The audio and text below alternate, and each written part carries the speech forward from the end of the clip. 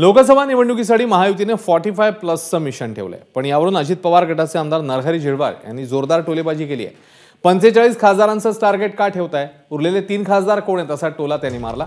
नाशिकमध्ये महायुतीचा मेळावा पार पडला आणि मेळाव्यात नरहरी झिरवाळ यांनी लोकसभा निवडणूक लढवण्याची इच्छा देखील बोलून दाखवली आहे।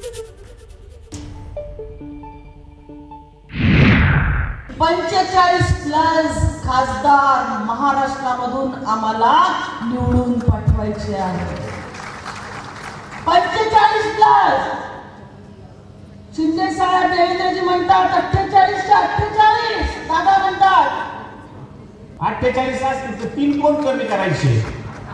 त्याच्याने आता प्रत्येकाला पेच पडत येईल, चुकून वेगळं असतील माझ्यासारखी ती माझा नंबर 3 मध्ये आहे का 45 मध्ये आहे असं होईल ना। त्याच्यापेक्षा 45च्या 45 आपण निवडून दिले पाहिजे अशी एवढी फुलगाट आपण मनाशी बांधावी अशा पद्धतीने मी आपल्याला विनंती करतो।